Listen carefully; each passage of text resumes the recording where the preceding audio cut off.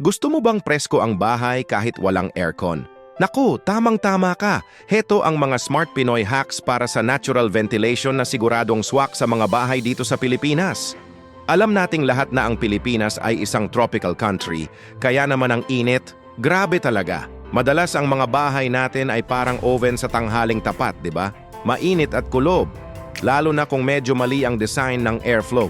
Ang resulta? Nakakainis na init, mataas na bill sa kuryente dahil sa electric fan or aircon na walang patayan, at syempre discomfort para sa buong pamilya. Hindi lang yan, kapag walang maayos na daloy ng hangin, naiipon ng alikabok at iba pang allergens sa loob ng bahay.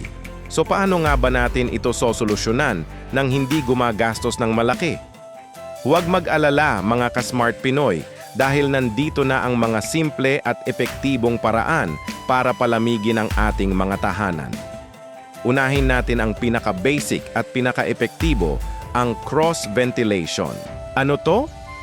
Simple lang, siguraduhing may bintana ka sa magkabilang panig ng isang kwarto o ng bahay mo. Isipin mo parang highway ng hangin. Sa isang bintana, papasok ang malamig na hangin, sa kabila, lalabas naman ang mainit na hangin. Kapag binuksan mo pareho, aba, garantisadong may instant natural na electric fan ka na. Ang galing, di ba? Subukan mong buksan ang bintana sa harap at likod ng bahay ninyo o kaya naman sa magkabilang dulo ng sala. Mararamdaman mo agad ang pagkakaiba. Hindi kailangan ng mamahaling renovation, diskarte lang sa pagbubukas ng bintana ang kailangan. Pangalawang hack, ang paggamit ng high windows o clearest story windows. Napansin nyo ba sa mga lumang bahay o simbahan, may mga bintana sila sa bandang itaas, malapit sa kisame? May dahilan yan. Ang scientific principle dito ay stack effect. Ang mainit na hangin dahil mas magaan ay natural na umaakyat pataas. Kung mayroon kang mga bintana sa itaas, doon ito makakalabas. At habang lumalabas ang mainit na hangin, hihigop naman ng mas malamig at sariwang hangin ang mga bintana mo sa ibaba. Para kang may natural na exhaust fan. Kung nagpaplano kang mag-renovate, i-consider mo itong design na to. Ito'y isang investment para sa pangmatagalang comfort. Pangatlong Smart Pinoy hack, ang paggamit ng vent blocks o jalousie windows. Ito yung mga classic na nakikita natin sa mga bahay noong araw, pero super effective pa rin hanggang ngayon.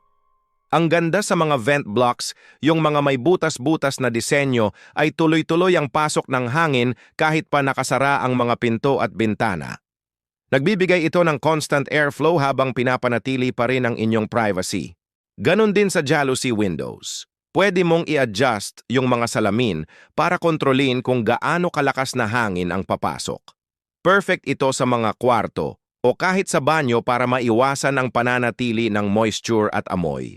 Classic pero a plus sa pagiging praktikal. Pangapat, kung may pagkakataon, i-consider ang open floor layout. Anong ibig sabihin nito? Mas konting pader o partition sa loob ng bahay. Kapag bukas ang space, halimbawa, yung sala, dining at kusina ay magkakasama sa isang malaking area, mas malayang makakagalaw ang hangin. Hindi ito nahaharangan ng mga pader. Ang resulta, mas magaan at mas presko ang pakiramdam sa buong bahay. Mas maliwanag patingnan. Kung magpapagawa ka pa lang ng bahay, ito ang isa sa mga modernong design na sobrang bagay sa klima natin dito sa Pilipinas. At ang huli pero hindi pinakamaliit na hack, ang paggawa ng green buffer. Ito na siguro ang pinaka-natural sa lahat. Magtanim. Magtanim ng mga halaman, shrubs, o kahit puno sa paligid ng bahay mo, lalo na sa parte kung saan direktang tumatama ang sikat ng araw. Ang mga halaman ay nagsisilbing natural na shade o lilim. Hindi lang yan, naglalabas din sila ng oxygen at pinapalamig nila ang hangin sa paligid. Kahit mga potted plants lang sa may bintana o sa terrace, malaki na ang maitutulong.